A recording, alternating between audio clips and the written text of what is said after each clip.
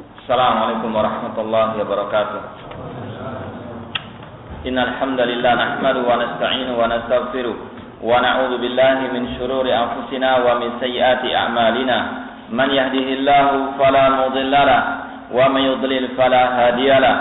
Asyhadu an la ilaha illallah wahdahu la syarika lahu wa asyhadu anna Muhammadan 'abduhu wa rasuluh. Ya ayyuhalladzina amanu taqullaha haqqa tuqatih wa la tamutunna illa wa antum muslimun. Ya ayyuhan nasu taqu rabbakum alladzi khalaqakum min nafsin wahidah wa khalaqa minha zawjaha wa batha minhuma rijalan katsiran wa nisaa'a wattaqullaha alladzi tasaaluna bihi wal arham innallaha kana 'alaykum raqiba. Ya ayyuhalladzina amanu taqullaha wa qulu qawlan sadida yuslih lakum a'malakum wa yaghfir lakum dhunubakum wa man yuti'illaha wa rasulahu faqad faza fawzan 'azima. Amma ba'd, fa inna asdaqal hadits kitabullah wa khairal hadi hadi Muhammadin sallallahu alaihi wasallam wa syarrul umuri muhdatsatuha wa kullu muhdatsatin bid'ah wa kullu bid'atin dhalalah wa kullu dhalalatin finnar. Ikhwani fil rahimani wa rahimakumullah. Kita teruskan kembali kajian kitab Asbab Ziyadatil Iman wa Nusanihi oleh Syekh Dr. Abdul Razzaq bin Abdul Muhsin Al-Abbad Al-Badr hafizahullah ta'ala. Pada pertemuan yang lalu kita telah membahas tentang sebab-sebab bertambahnya keimanan kepada Allah Subhanahu wa taala. Secara global, beliau sebutkan ada 3 hal penting untuk mengokohkan keimanan hamba kepada Allah Subhanahu wa taala. Yang pertama, belajar ilmu yang bermanfaat yang berdasarkan Al-Qur'an dan hadis Rasulullah SAW yang sahih sesuai dengan pemahaman para sahabat Rasulullah SAW. Kemudian yang kedua, at-ta'ammul fi ayatillahil kauniyah, merenungkan alam semesta. Yang ketiga, al-ijtihad fi ta'ah wal ibadatillah azza wa jalla, yaitu bersungguh-sungguh rajin untuk laksanakan ibadah kepada Allah Subhanahu wa taala, baik ibadah hati, ibadah lisan maupun ibadah anggota badan. Dan yang terakhir, kita telah membahas 2 amal perbuatan al-jawarih yang sangat berharga, yang sangat dapat menguatkan iman hamba kepada Allah Subhanahu wa taala, yaitu dakwah di jalan Allah Subhanahu wa taala serta dekat dengan orang-orang yang saleh. Kemudian setelah itu beliau mengatakan wa sababun akhir naqtimu bihi hadil asbab. Kemudian di sana ada sebab yang lain dan ini yang terakhir dalam buku ini yang kita tutup dengannya sebab-sebab bertambahnya keimanan kepada Allah Subhanahu wa taala. Yanbaghi al-inayatu bihi wa adamu ighfalihi, yang selayaknya untuk seorang hamba betul-betul memperhatikan sebab yang terakhir ini dan tidak selayaknya untuk melalaikannya. Wa huwa an yu'awwidal muslimu nafsahu wa yuwattinaha ala muqawamati jami'i ma min sya'nihi inqasul imani aw id'afuhu aw izdihabu bihi, yaitu agar seorang muslim membiasakan diri, agar seorang muslim betul-betul tekun dan rajin untuk menghadapi segala bentuk sebab-sebab atau hal-hal atau faktor-faktor yang dapat mengurangi keimanan atau melemahkan keimanan atau bahkan a'udzubillah menghilangkan keimanan tersebut. Fa innahu kama annahu la budda fil iman min fi'li jami'il asbabil muqawwiyati al-munamiyah lahu fala budda ma dzalik min daf'il mawani wal awaiq wa hiya al-iqla'u 'anil ma'asi wat taubati mimma yaqa'u fi aw yaqa'u minha. Karena haruslah di dalam masalah keimanan dari mendatangkan semua sebab-sebab yang bisa menambahkan keimanan, namun hal itu tidak cukup, harus diiringi dengan mencegah, menghalangi faktor-faktor yang dapat mengurangi keimanan kepada Allah Subhanahu wa taala. Apa hal yang mengurangi keimanan kepada Allah Subhanahu wa taala? Yaitu kemaksiatan, dan cara untuk mengobatinya tentunya dengan bertobat kepada Allah Subhanahu wa taala. Intinya di sini bahwasanya tidak cukup seorang hanya memperhatikan masalah sebab-sebab yang mendatangkan tambahan keimanan. Namun dia juga harus memperhatikan apa yang bisa mengurangi keimanan tersebut agar dia menjauhi hal-hal yang dapat mengurangi ataupun melemahkan ataupun bahkan naudzubillah menghilangkan sama sekali imannya kepada Allah Subhanahu wa taala.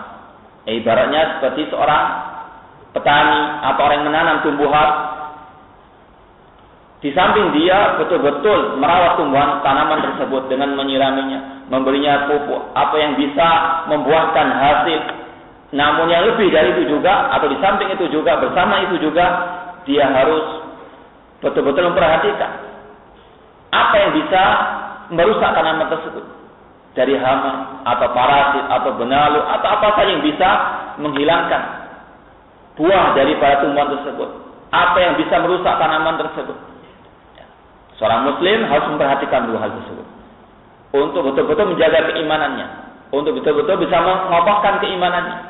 Di samping dia belajar tentang hal-hal yang bisa menambahkan keimanan, dia harus juga belajar apa hal-hal yang bisa mengurangi keimanannya, apa yang bisa menghilangkan keimanannya, untuk betul-betul dia pelajari dan dipahami serta dia jauhkan hal-hal tersebut dari dirinya. Wa hifdzul jawarih kulliha 'anil muharramat, dan menjaga anggota badannya semuanya dari hal-hal yang diharamkan oleh Allah Subhanahu wa taala. Wa muqawamati fitani syubhat al-mud'ifa li iradati iman allati asluha al-raghbatu fil khairi wa mahabbatihi. Dan di samping dia menjaga diri dari asyahwat atau nafsu syahwat, dia juga harus betul-betul memperhatikan dan melawan segala bentuk fitnah syubhat, kerancuan di dalam masalah agama, kesesatan yang ditebarkan oleh para dai-dai di atas neraka jahanam, yang mana syubhat-syubhat tersebut bisa mengurangi dan melemahkan, bahkan bisa menghilangkan keimanannya kepada Allah Subhanahu wa taala, yang mana iman asal atau akarnya yaitu untuk berbuat kebaikan ataupun mencintai kebaikan tersebut. Oleh karena itulah Allah Subhanahu wa taala selalu memperingatkan kita daripada langkah-langkah syaitan. Allah berfirman, "Wala tattabi'u khutuwati syaitan, innahu lakum aduwwun mubin." Janganlah kalian ikuti langkah-langkah syaitan, karena syaitan adalah musuh kalian yang sangat nyata. Apa langkah syaitan tersebut? Langkah syaitan ada dua kata Allah Subhanahu wa taala. Yang pertama menebarkan nafsu syahwat, dan yang kedua menebarkan asyubuhat. Dalam surah Al-Baqarah tersebut Allah meneruskan ayatnya, "Innahu lakum aduwwun mubin, innama ya'murukum bis-su'i wal fahsya wa an taqulu 'ala Allahi ma la ta'lamun." Setan di sini sudah pernah kita jelaskan, baik dari kalangan jin maupun dari kalangan manusia. Setan tidak selalu identik dengan jin. Setan adalah mereka-mereka yang menyimpang dari jalan Allah, yang mereka miliki dua sifat ini. Innama ya'murukum bis-su', yaitu mereka-mereka yang menyuruh manusia, memerintahkan manusia untuk melakukan kejelekan, kejahatan, kemaksiatan. Innama ya'murukum bis-su'i wal fahsya, dan kekejian. Ini masalah nafsu syahwat. Ini yang diseru oleh syaitan. Syahwat, nafsu syahwat mengumbar kemaksiatan. Kemudian yang kedua, wa an taqulu 'ala Allahi ma la ta'lamun. Dan untuk kalian berkata tentang Allah, tentang agama Allah tanpa ilmu. Berbicara tanpa ilmu tentang agama, berbicara tanpa ilmu, tanpa dalil dari Al-Quran maupun hadis Rasulullah SAW yang sahih, tanpa pemahaman para salafus saleh tentang masalah agama ini.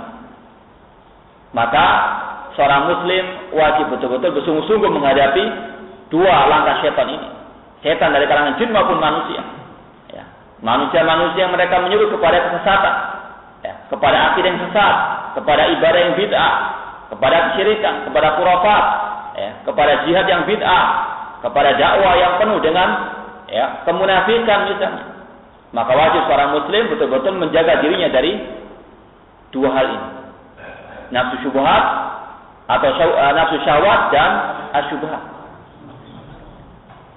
Dan dari sinilah Syekhul Islam yang kedua, yaitu Ibnu Qayyim rahimahullah ta'ala, beliau dalam masalah jihad, beliau membagi jihad ada 4. Dilihat dari objeknya, yaitu jihad melawan diri sendiri, yang terbagi menjadi 4 tingkatan, yaitu belajar ilmu agama, mengamalkan ilmu agama, kemudian berdakwah di atas agama, di atas dalil, di di atas ilmu, kemudian bersabar di atas dakwah tersebut.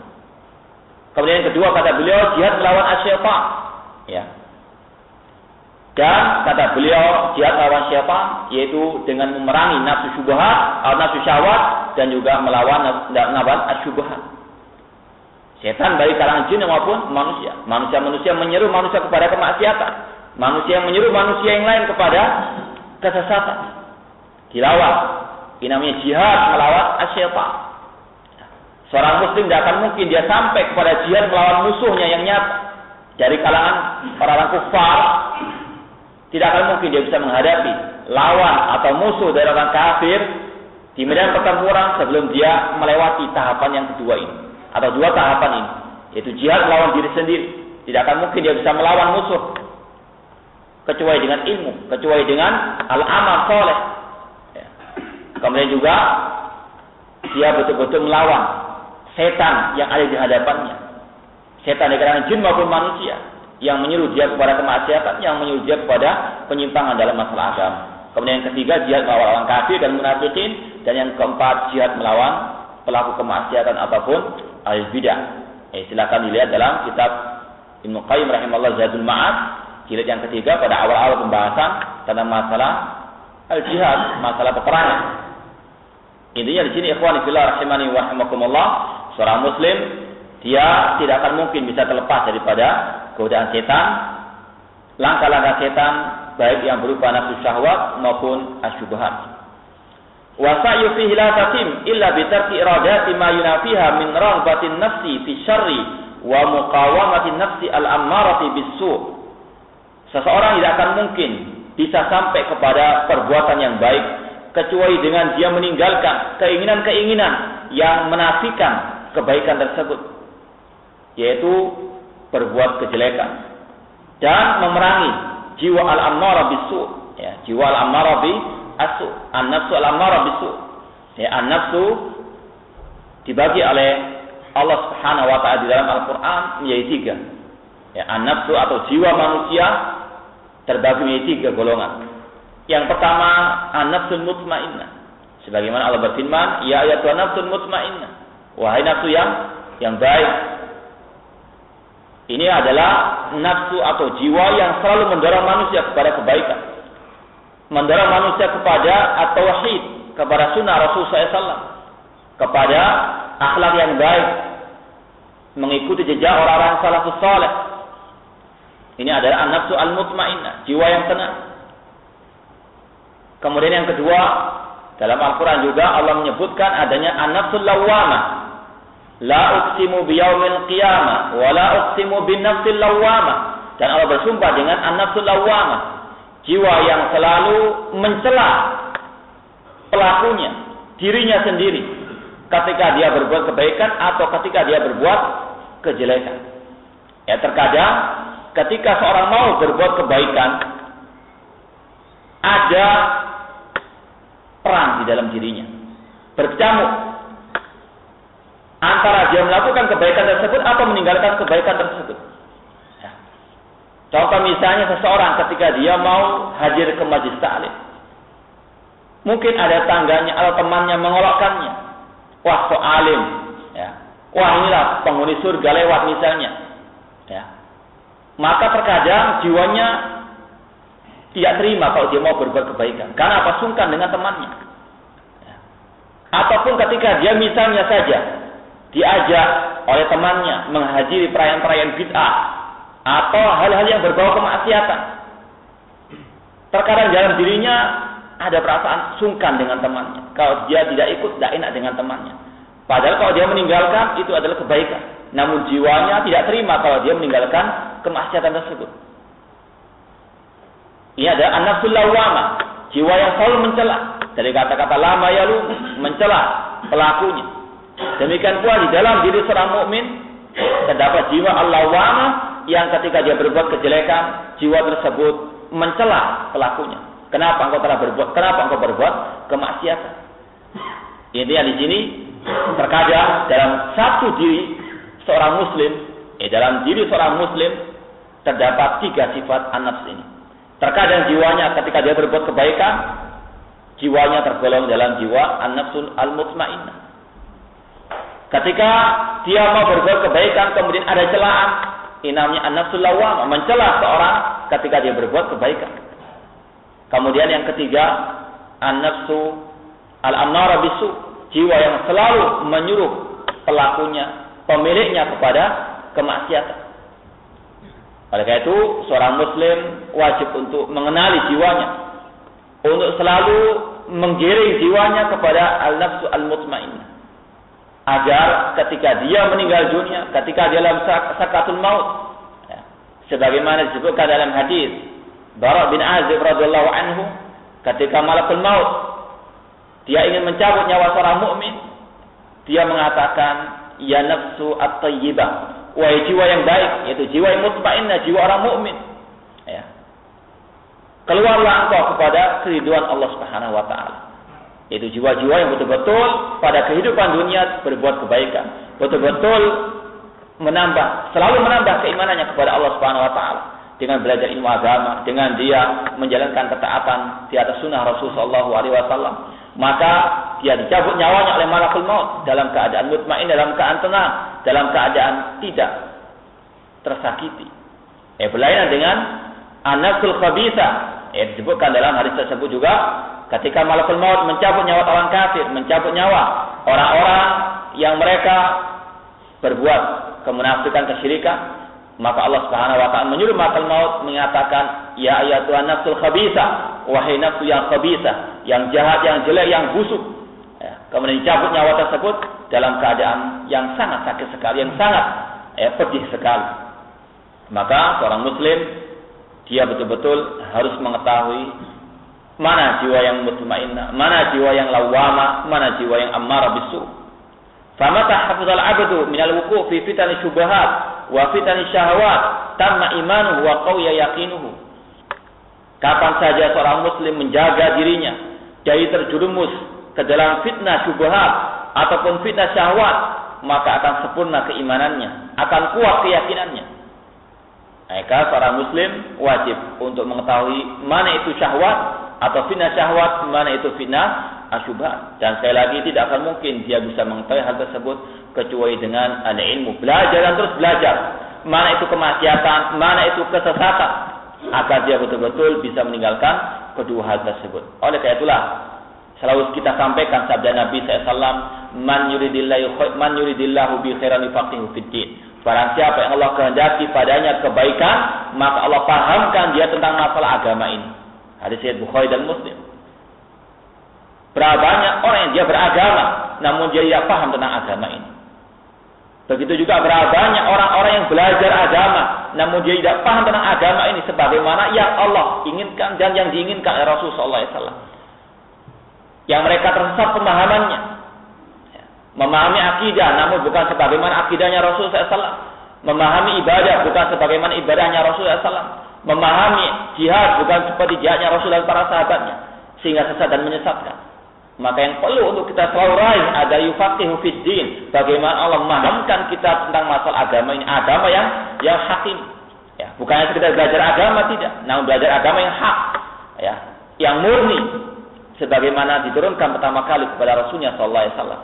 Sebagaimana Nabi mengatakan, hatta tarju ila dinikum, sampai kalian kembali kepada agama kalian, yaitu agama yang diridhai oleh Allah Subhanahu wa taala. Oleh karena itu, terus belajar dan belajarlah agar kita bisa mengendalikan diri dari fitnah syahwat ataupun fitnah asyubhat. Dan tidak akan mungkin tercapai kepemimpinan dalam masalah agama kecuali dengan as-sabr wal yaqin. Sebagaimana Allah Subhanahu wa taala firman dalam surat As-Sajdah, wa ja'alna minhum a'immatan yahduna bi amrina lamma sabaru wa kanu bi ayatina yuqinun. Allah berfirman yang artinya wa ja'alna minhum a'immah, dan kami jadikan di antara mereka a'immah, pemimpin-pemimpin, yahduna bi amrina, yang mereka memberi petunjuk manusia dengan ajaran kami, dengan perintah kami. Wa ja'alna minhum a'immatan yahduna bi amrina lamma sabaru, ketika mereka bersabar, yaitu bersabar dalam menghadapi fitnah asyahwat, wa kanu bi ayatina yuqinun, dan mereka adalah orang yang sangat yakin dengan ayat-ayat kami. Kata Syekhul Islam Taimiyah rahimahullah taala, lan tunala imamatu fid din illa bisabri wal yaqin. Ya, tidak akan mungkin diperoleh kepemimpinan dalam masalah agama ini kecuali dengan as-sabr. Kesabaran, yaitu kesabaran dalam menghadapi segala bentuk nafsu syahwat dan keyakinan dalam masalah agama. Kedua-duanya tidak akan mungkin bisa diraih kecuali dengan ilmu. Ya. Ketika dia menghadapi syubhat dalam masalah akidah, dalam masalah ibadah, dalam masalah apapun, dalam masalah agama, tidak akan mungkin dia bisa melawannya kecuali dengan ahli ilmu. Belajar dahulu apa itu akidah yang benar, bagaimana ibadah yang benar, bagaimana sunnah Rasul SAW, agar dia tahu mana yang hak, mana yang batil. Dan juga perlu diiringi dengan ketakwaan kepada Allah Subhanahu wa taala. Betul-betul hidupnya ingin mendapatkan kebenaran. Betul-betul dia menjauhkan diri dari segala bentuk fanatik golongan atau fanatik kepada perorangan, kepada seorang ustaz, kepada kiai atau kepada habib, kepada siapapun juga. Betul-betul hidupnya sebagaimana Allah firmankan, walladzina jahadu fina lanahdiyannahum subulan. Orang-orang yang bersungguh-sungguh mencari jalan kami, maka kami akan tunjukkan jalan kami. Betul-betul hatinya tulus ikhlas mencari kebenaran. Bukan hanya sekedar iseng, bukan hanya sekedar wah, kalau cocok dengan hawa nafsu saya ikuti, kalau cocok dengan adat istiadat saya ikuti, kalau cocok dengan ustaz saya ikuti, tidak. Ya, namun betul-betul mencari kebenaran dari sumbernya, Al-Qur'an wa Sunnah ala fahmi as-sahabat. Oleh karena itulah ikhwani fillah rahimani wa rahimakumullah, teruslah menata niat kita dalam mencari al-haq. Li'anna al-haqqa ahaqqu yuttaba, karena kebenaran itulah yang harus selalu diikuti. Kemudian kita pindah kepada bab berikutnya, asbab naqsil iman, sebab-sebab berkurangnya keimanan. Kana al-haditsu fi ma sabaqa an asbabi ziyadatil iman. Pembicaraan kita yang lalu berkaitan dengan masalah sebab-sebab bertambahnya keimanan.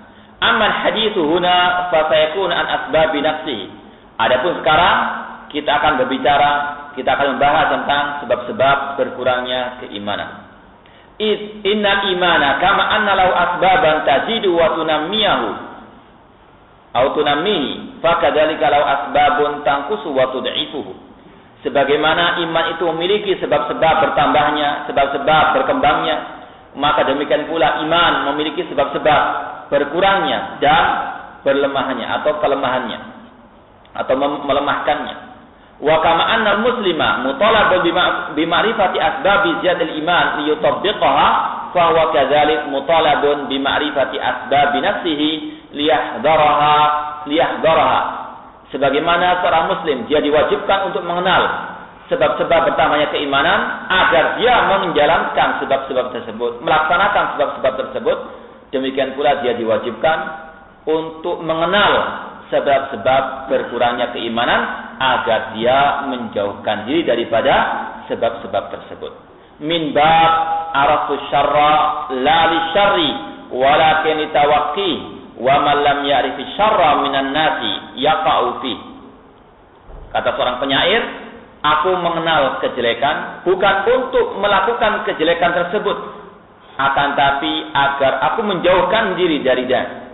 Dan barang siapa yang tidak mengenal kejelekan dari manusia, maka dia akan terjatuh ke dalamnya. Dalam bait yang lain atau dalam bait yang di lainnya nyatakan minal khair. Barang siapa yang tidak tahu kejelekan dari kebaikan, maka dia terjatuh ke dalam kejelekan tersebut.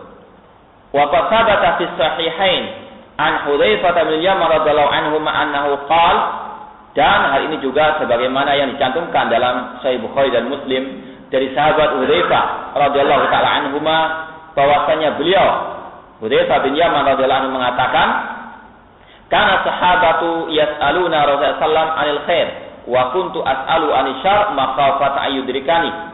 Dahulu para sahabat Rasul sallallahu menanyakan kepada Rasul tentang kebaikan, akan tapi aku bertanya kepada Rasul sallallahu tentang kejelekan agar jangan sampai menimpa diriku.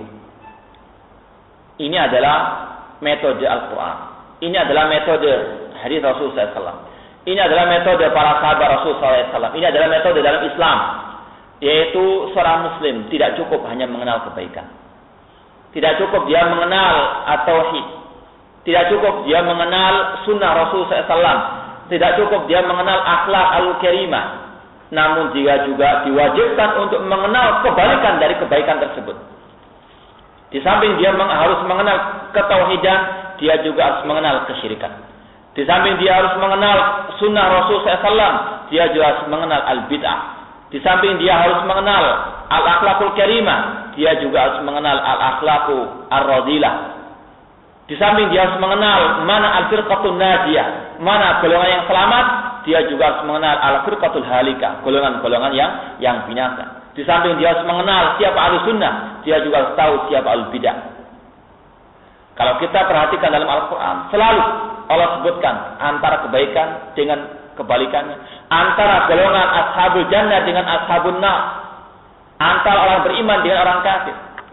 Contoh misalnya dalam surat Al-Baqarah ayat-ayat yang pertama, setelah Allah menyebutkan tentang orang beriman, Allah menyebutkan tentang orang kafir. Innal ladzina kafaru sawa'un 'alaihim wa minan nasi may yaqulu amanna.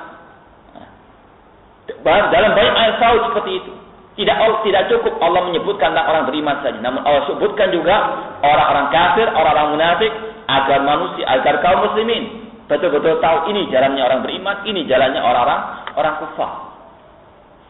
Ketika Allah menyebutkan tentang tauhid, Allah juga iringi dengan peringatan dari kesyirikan. Allah menyatakan, "Wa may yakfur bit-taghuti wa yu'min billah, faqad istamsaka bil 'urwatil wuthqa." Barang siapa yang kufur kepada taghut dan beriman kepada Allah, maka dia telah memegang al-urwatul wuthqa. Al-urwatul wuthqa kata para ulama yaitu kalimat tauhid la ilaha illallah. Kita lihat kalimat tauhid la ilaha, tidak ada ilah yang hak illallah kecuali Allah saja. Harus ada an-nafi wa isbat. Meniadakan semua sembahan selain Allah dan menetapkan hanya Allah yang artinya apa? Tidak cukup hanya kita mengenal tauhid, harus kita mengenal juga apa itu kesyirikan agar kita jatuh ke dalam kesyirikan tersebut. Demikian pula dalam hadis yang kemarin malam sudah dibahas oleh Al-Ustaz Yazid bin Abdul Qadir Jawad hafizahullah tentang hadis Irbad bin Sariyah ketika Nabi SAW menjelaskan tentang adanya perpecahan umat. Nabi tidak mencukupkan hanya mengatakan alaikum bisunnati, pegang sunnahku, tidak. Ya. Namun Nabi juga memperingatkan umat daripada al-bid'ah.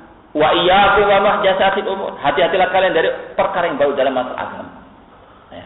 Tidak cukup kita mengenal sunnah saja, tidak cukup kita mengenal tauhid saja, namun harus juga mengenal asyirik, harus juga mengenal apa itu al-bid'ah agar kita bisa menjauhkan diri daripada kesyirikan dan kebid'ahan tersebut. Di samping kita mengenal ketaatan kepada Allah, harus juga mengenal ma itu maksiat kepada Allah agar kita bisa mengenal ketaatan tersebut dan mengamalkannya, dan mengenal kemaksiatan untuk kita menjauhkan diri darinya. Itu adalah metode dalam Islam. Ya. Tidak cukup hanya mengenal kebaikan saja, tidak tahu kejelekan. Bukan sebagaimana metodenya sebagian kelompok, sempalan Islam, seperti kelompok Jamaatul Tabligh, yang mereka keliling dunia dan sebagainya, meninggalkan keluarganya tanpa dinafkahi terkadang. Ya. Mereka dakwakan adalah fadail a'mal. Ya. Mereka selalu memegang kitab fadail a'mal, yaitu keutamaan amal-amal. Ya. Mereka tidak pernah menyeru manusia untuk menjauhi kesyirikan. Ya. Tidak pernah melarang manusia dari kebid'ahan. Ya. Itu metode mereka, namun Islam tidak. Al-Quran tidak seperti itu. Al-Quran selalu menekankan ketahui kebaikan, jauhi kejelekan. Wa'budullah. Apakah cukup saja? Tidak. Wa'budullah wa la tusyriku bi syai'a. Sembahlah Allah saja, wa la tusyriku bi syai'a. Dan jauhkanlah diri kalian daripada kesyirikan. Ya. Maka tidak benar kalau orang mengatakan atau seorang dai mengajarkan manusia yang penting kita tahu sunnah, tahu ajaran Islam, yang tahu kebaikan. Tidak. Ya. Islam kalau kita lihat Al-Quran, ya, selalu terdapat penjelasan tentang keadaan orang-orang al-mujrimin, orang yang jelek, orang yang jahat, dari kalangan musyrikin, munafikin maupun al-kafirin. Oleh karena itulah Allah pernah berfirman, wa kadzalika nufassilul ayat wa litastabina sabilul mujrimin. Demikianlah kami perinci ayat-ayat kami agar jelas jalan orang-orang yang mujrimin, jalan-jalan orang-orang yang jahat, orang yang jelek, orang-orang yang berbuat syirik, orang yang berbuat kufur, atau orang yang berbuat kemunafikan. Ya. Maka demikianlah kita mengikuti jejak Al-Quran atau mengikuti metode Al-Quran, mengikuti metode Rasul Sallallahu Alaihi Wasallam. Ketika kita menyebutkan tentang at-tauhid, kita harus juga menyebutkan tentang lawan tauhid. Agar apa? Kita jatuh ke dalam jurang kesyirikan. Kita menjelaskan tentang sunnah Rasul SAW, sekaligus juga menjelaskan tentang apa itu bid'ah. Kita sebutkan contoh-contohnya yang tersebar di tengah masyarakat. Ya, meskipun banyak orang mengatakan, oh ini adalah keras, sedikit-sedikit bid'ah, sedikit-sedikit tak syirik, sedikit-sedikit haram. Ya. Kalau itu memang haram, kenapa kalau kita tidak mengatakan haram? Kalau itu memang bid'ah, kenapa kita tidak mengatakan itu bid'ah? Kenapa kalau itu syirik kita tidak mengatakan itu syirik? Ya. Ini adalah apa? Talbis, penipuan terhadap umat. Yang harus kita katakan hak, yang batil harus kita katakan batil. Ya. Inilah Al-Quranul Karim. Inilah sunnah Rasul SAW. Inilah Islam yang hak. Ya. Kalau kita tahu yang baik saja, ya, dan tidak tahu yang jahat, yang jelek, maka mungkin kita suatu saat akan terjun ke dalam kejelekan tersebut. Sehingga kita mengatakan semuanya baik, yang penting Islam, yang penting Muslim. Tidak. Islam membedakan mana Muslim sejati dan mana Muslim-Muslim yang mereka menyimpang dari ajaran agama Allah Subhanahu Wa Taala. Seperti yang sudah disampaikan juga kemarin, hadis iftiraqul ummah, hadis perpecahan umat. Nabi tidak mengatakan semuanya umat Islam baik, tidak. Umat Islam terpecah menjadi 73 golongan, yang satu yang hak.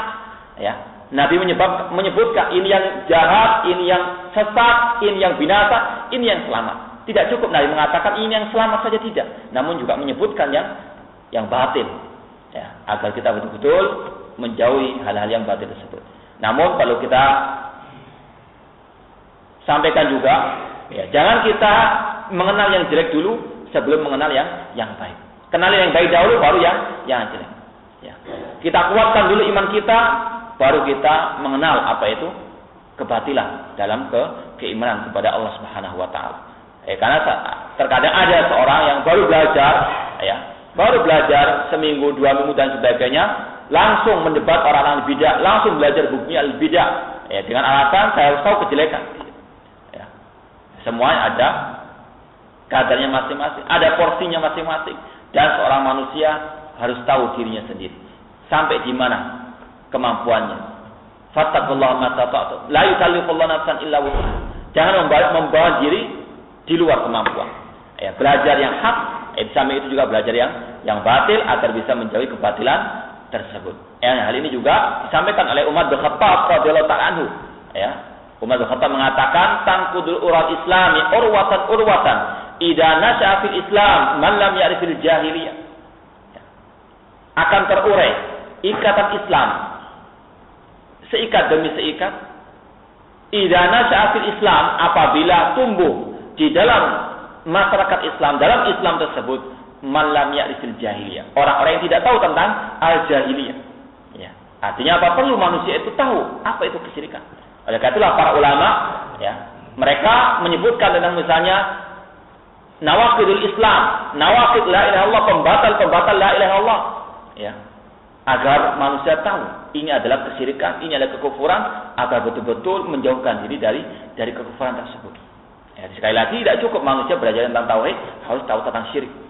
Tahu mana itu golongan orang yang bertauhid, tahu orang-orang musyrikin, agar dia bisa memberikan loyalitasnya kepada orang yang beriman tersebut dan memberikan permusuhannya, kebenciannya kepada orang yang berbuat kesyirikan ataupun kekufuran. Tahu mana itu ahli sunnah, agar dia bisa mencintainya di atas agama Allah, al-hubbu fillah, cinta karena Allah, dan tahu siapa musuh dakwah ahli sunnah, tahu siapa al-bid'ah tersebut, agar betul-betul dia bisa meletakkan kebenciannya, al-bughdu fillah, benci karena Allah Subhanahu wa taala kepada mereka. Jangan lawan dijadikan kawan, kawan jadikan lawan. Demikian pula jangan dijadikan sunnah seperti bid'ah atau bid'ah seperti sunnah. Ya. Harus kita meletakkan sesuatu pada tempatnya. Inilah Islam, inilah metode Al-Quran maupun hadis Rasulullah SAW, yaitu mengenal kebaikan dan sekaligus juga mengenal kejelekan agar kita menjauhi kejelekan tersebut. Wa qala Ibnu Jauzi rahimahullah, berkata Imam Ibnu Jauzi rahimahullah, fa inna fi ta'rifi syarri tahdziran 'anil wuqu'i fi. Sesungguhnya di dalam memperkenalkan kejelekan itu terdapat peringatan dari terjatuh ke dalam kejelekan tersebut. Ini para ulama sepakat. Ya. Kalau kita lihat kitab-kitab akidah ulama Ahlussunnah, ya. Kitab Ushul Sunnah punya Imam Ahmad misalnya, ya. Di samping beliau menjelaskan tentang kaidah-kaidah atau akidah-akidah ahli sunnah, sekaligus juga beliau membantah akidah-akidah ahli bid'ah. Ya. Demikian pula setelah beliau, demikian Imam Syafi'i rahimahullah taala. Ya, tidak cukup beliau menjelaskan tentang sunnah Rasulullah SAW. Sekaligus juga membantah ahli bidah, membantah ahli kalam misalnya, yang sudah pernah kita sampaikan. Ya. Semua para imam sepakat tentang masalah metode yang satu ini.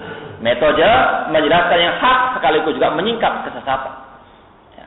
Namun terkadang ya, manusia-manusia yang tidak tahu manhaj salaf, tidak betul-betul paham tentang agama Islam, menyatakan ini adalah metodenya baru, metode baru. Ya, metode orang-orang yang ekstrim kata mereka. Ya.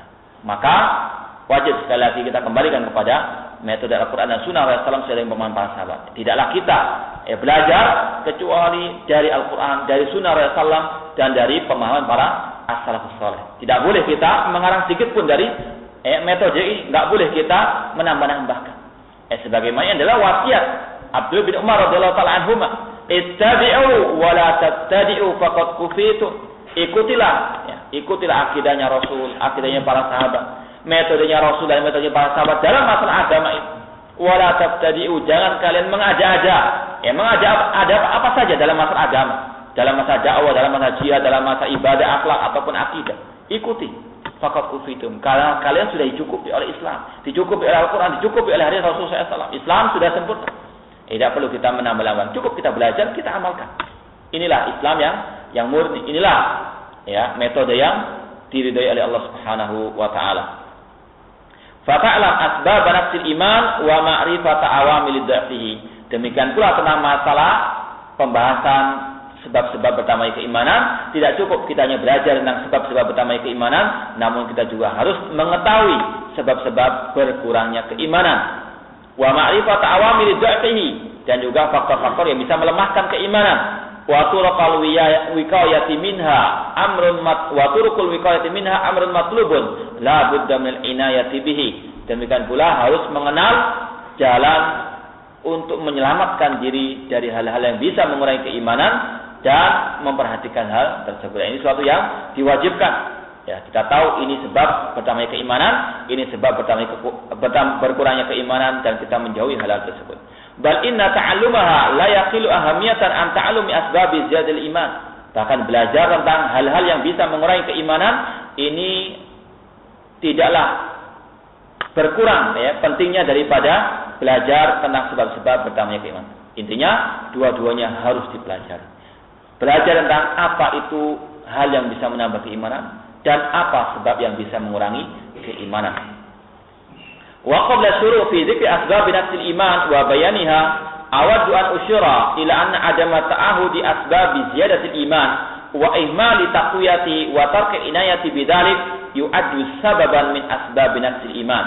Kata beliau, kata Syekh Dr. Abdul Razzaq bin Abdul Muhsin Abbad hafizahullah, beliau menyatakan sebelum saya mulai untuk menyebutkan sebab-sebab berkurangnya keimanan, maka saya ingin untuk mengisyaratkan, menjelaskan, mengatakan, untuk memberitahukan bahwasanya ketidakadanya perhatian terhadap sebab-sebab bertambahnya keimanan atau melalaikan, melupakan hal-hal yang bisa menambah keimanan tersebut serta meninggalkan untuk memperhatikan hal tersebut, itu adalah sebab berkurangnya keimanan. Ya. Kalau kita sudah tahu misalnya belajar ilmu agama, duduk di majelis taklim, atau intinya semua fasilitas yang bisa membawa kita belajar ilmu agama, itu adalah suatu faktor yang bisa menambah keimanan kepada Allah. Ibadah kepada Allah Subhanahu wa taala menambah iman hamba kepada Allah Subhanahu wa taala. Merenungkan alam semesta, tadabbur alam, tujuannya untuk bersyukur kepada Allah Subhanahu wa taala atas nikmat-nikmatnya. Ya. Semua hal tersebut bisa menambah keimanan hamba kepada Allah. Kalau sudah tahu namun dilalaikan, dilupakan, tidak dijaga. Tahu belajar ilmu agama itu penting, namun dia malas belajar ilmu agama. Malas duduk di majelis taklim. Ya. Maka akan berkurang keimanannya kepada Allah Subhanahu wa taala. Hal seperti itu insyaallah mungkin sudah pernah kita rasakan masing-masing. Ya, semua kita naik turun, pasang surut dalam keimanan. Ya. Kalau kita misalnya biasanya rajin duduk di majelis taklim, belajar kepada mereka-mereka yang tahu akidah yang benar, tahu ibadah yang benar, manhaj yang benar, kemudian mulai karena syahwat atau kesibukan dunia dan sebagainya, sedikit demi sedikit, sehari dia ghaib, tidak hadir, 2 kali tidak hadir, 3 kali tidak hadir, maka naudzubillah terus seperti itu dan futur yang menimpanya.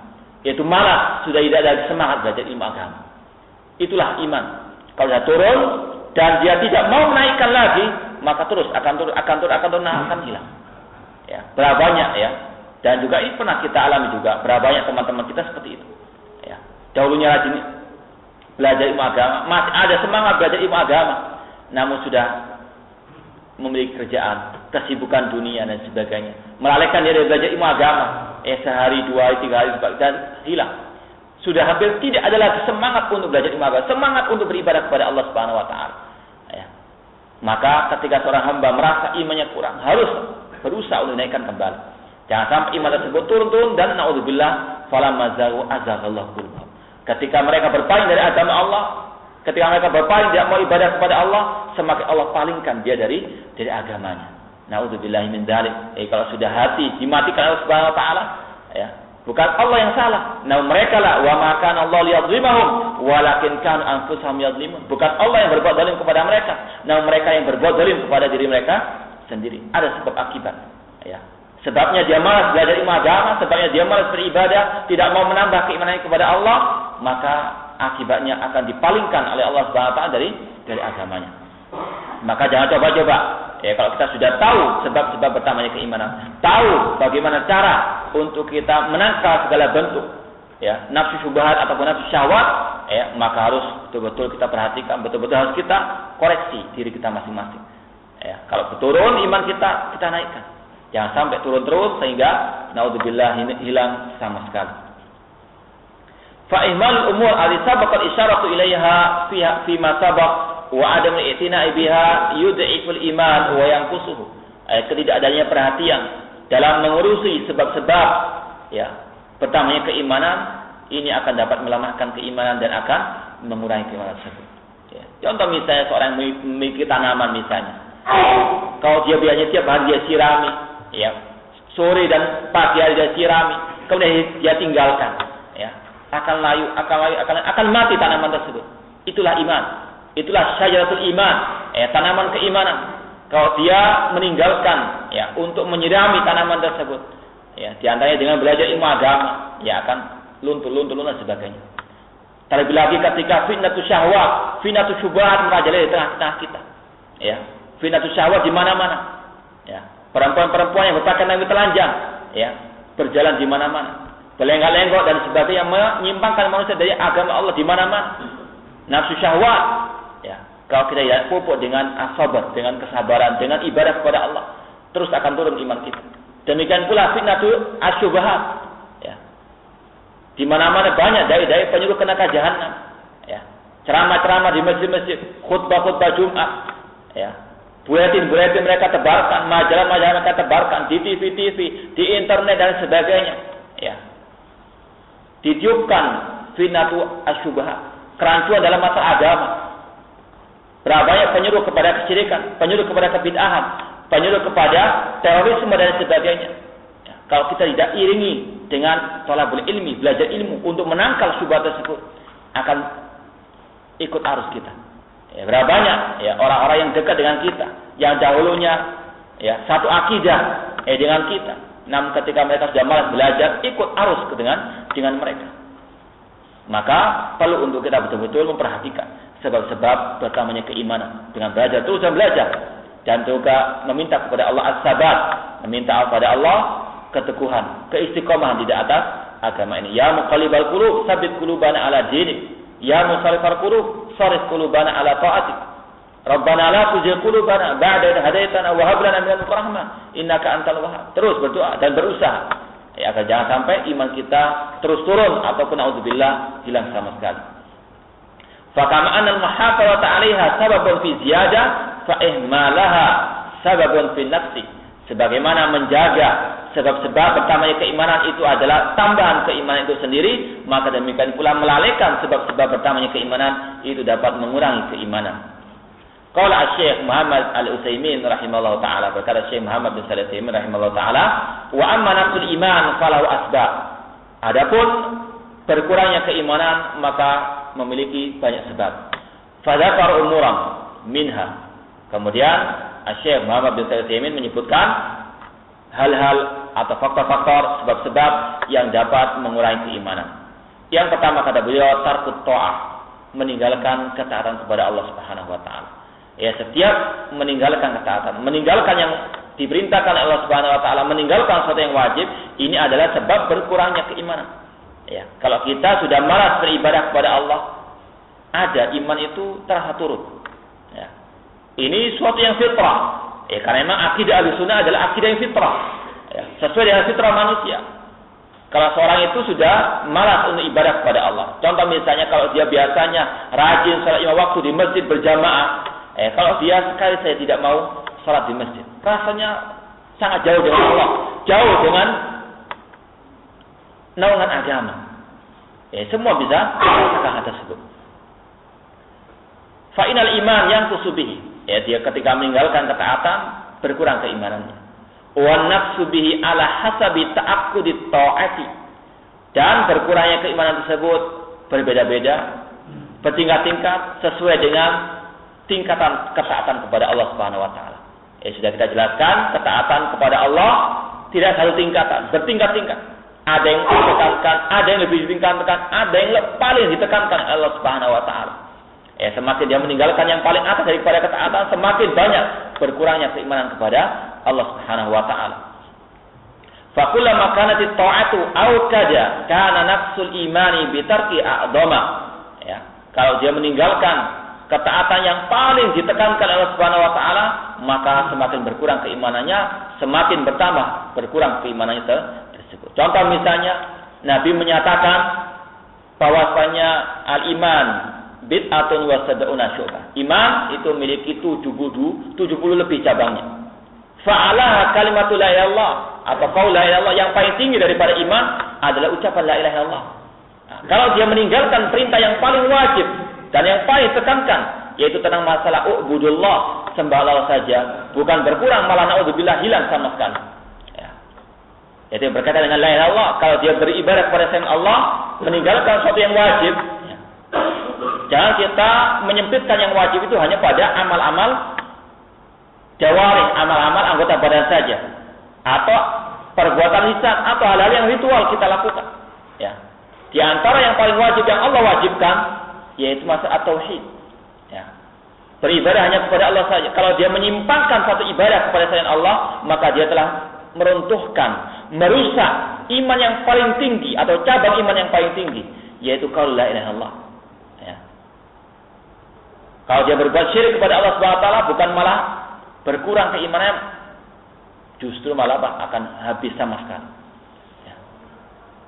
Orang yang berbuat kekufuran, kemunafikan, nifaq yang besar, demikian pula dia telah menghilangkan kalimat tauhid la ilaha illallah. Ini berbeda kalau dia menghilangkan salah satu cabang keimanan selain la ilaha illallah, yaitu meninggalkan salat. Ada kekurangan, namun tidak sebagaimana hilangnya ketika dia menghilangkan cabang iman yang paling tinggi, yaitu la ilaha illallah. Demikian pula berbeda ketika dia meninggalkan imatatul adz thoriq, meninggalkan untuk menyingkirkan gangguan dari jalan. Dia berdosa atau dia kurang imannya. Namun tidak sebagaimana dia meninggalkan tauhid atau meninggalkan salat. Intinya ibadah bertingkat-tingkat, semakin dia meninggalkan ibadah yang paling tinggi derajatnya, semakin bertambah atau semakin berkurang imannya kepada Allah Subhanahu wa taala. Insyaallah kita akan melanjutkan kembali pembahasan tentang sebab-sebab berkurangnya keimanan kepada Allah Subhanahu wa taala. Semoga Allah Subhanahu wa taala menjaga iman kita, dan semoga Allah Subhanahu wa taala menambah keimanan kita kepadanya dan menjauhkan kita dari hal-hal yang mengurangi keimanan kita kepadanya. Wallahu taala wa akhiru da'wana alhamdulillahirabbil alamin. Assalamualaikum warahmatullahi wabarakatuh.